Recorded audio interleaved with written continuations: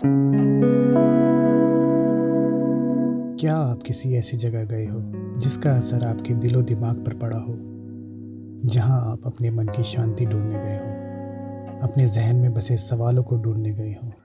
अगर नहीं तो सुनिए, मेरे भी दिल में कई सवाल थे कि क्यों हम कुछ बनना चाहते हैं, खुद को साबित करना चाहते हैं, क्यों हम अंदर से खोखले और बाहर से रंगीन हैं, क्यों तन की सजावट ज़रूरी और मन की शांति काफ़ी नहीं, क्यों चेहरे की मुस्कान से ज़्यादा ओहदे की चमक ज़रूरी है, क्यों हमारी मुस्कान हमारी कमाई नहीं, क्यों हमारा सुकून हमारी कामयाबी नहीं, क्यों पैसे की गिनती खुशियों की गिनती से ज़्यादा ज़रूरी है, क्यों हमारा पेशा हमारी पहचान है, हमारा नाम काफ़ी नहीं, क्यों हमारा सिर्फ होना काफ़ी नहीं, हमारा कुछ बनना ज़रूरी है।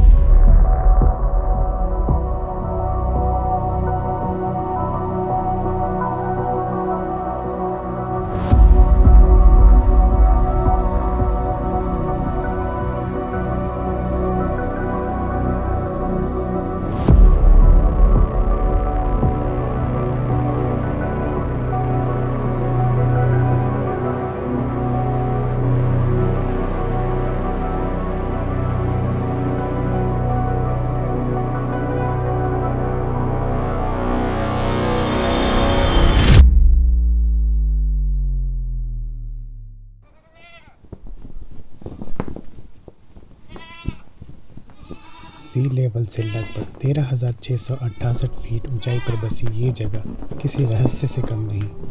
साल के 7 से 8 महीने देश के दूसरे भागों से कटा रहता है। यहाँ का रहन सहन किसी अग्नि परीक्षा से कम नहीं।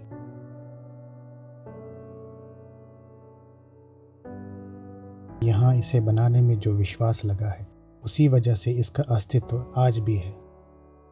वैसे की मॉनेस्ट्री जितना आप सोच सकते हैं उससे भी अधिक पुराना है, और यह पहली नज़र में जितना दिखता है उससे भी अधिक लचीला है।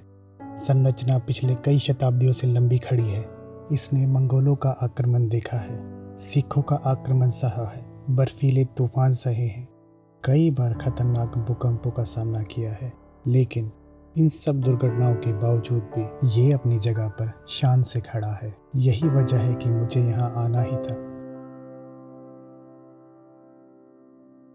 नंगे पहाड़ जिन पर घास भी मुश्किल से दिखती है, हवा इतनी पतली कि सांस लेना एक बड़ा प्रयास बन जाता है, घरों की दहलीज और खेतों तक पहुंचने के लिए बेरहम ऊंचाइयों से गुजरते संकरे पथरीले रास्ते।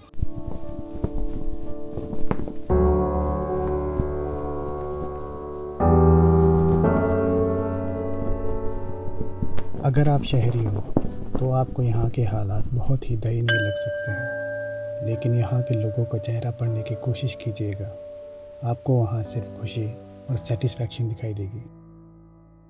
मुझे यहाँ एक भी ऐसा इंसान नहीं दिखा जो अपने हालात का शिकायती हो। बर्फबारी में जब सड़कें, गलियाँ और पड़ोस के घर तक के रास्ते तक बंद हो जाते हैं, जब घर की छतों पर रात भर हुई बर्फबारी को -15 से -20 के तापमान पर हर दिन हटाना ज़रूरी हो जाता है, जब सड़कों के बंद हो जाने पर महीनों तक ताज़ा सब्जी और राशन नहीं पहुंच पाता, जब बिजली के तार कहीं किसी बर्फीले तूफान में फंसकर 30-40 दिन तक भी हरकत में नहीं लौटते, जब बाहरी दुनिया से कोई संपर्क नहीं हो पाता, तब भी उनके चेहरे पर कोई शिकन नहीं होती। ये लोग सरकारों को शायद ही कोसते होंगे, इनकी फितरत में शिकायती बनना है ही नहीं। ये सब अपनी लाइफ में खुश हैं और संतुष्ट हैं।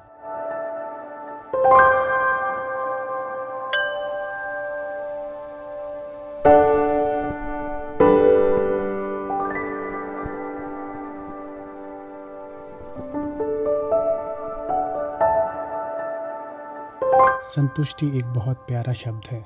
ये वो स्टेज है जहां हम अंदर से खुश होते हैं, हमें अपना प्रेजेंट और फ्यूचर सुखद दिखने लगता है। लेकिन एक सवाल हमारे जीवन से हमेशा जुड़ा रहता है कि क्या जीवन में हमें कभी संतुष्टि मिलती है? क्या जीवन भर संतुष्ट रह पाना पॉसिबल है?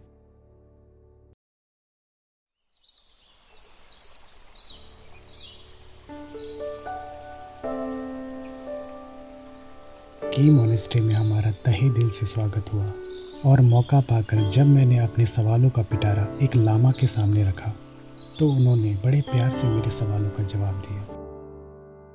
वो कहते हैं, जो भी हमारे पास है उसी में संतुष्ट रहना ही जीवन है, पर फिर भी इंसान का मन विचलित रहता है, जो कि नेचुरल है। हमें नए ज़माने के तौर तरीकों के साथ तालमेल बनाए रखना ज़रूरी है। जीवन का नाम एक जगह रुक जाना नहीं। जीवन एक निरंतर चलने वाला सफ़र है, जिसमें आप बीच में थोड़ी देर के लिए सुस्ता तो सकते हैं, लेकिन कभी भी मंजिलों का नाम देकर अंतिम सांस तक ठहर नहीं सकते। और अगर ऐसा हुआ तो ज़िंदगी के कोई मायने नहीं। शहरों का जीवन बहुत मुश्किल है। शहरी इंसान हमेशा चिंता में रहता है, लेकिन कभी भी मन विचलित हो तो अपने घर के किसी खिड़की के पास जाएं। खिड़की खोलकर लंबी सांस लें और बस उस सांस पर अपना ध्यान केंद्रित करें। आप अच्छा महसूस करेंगे।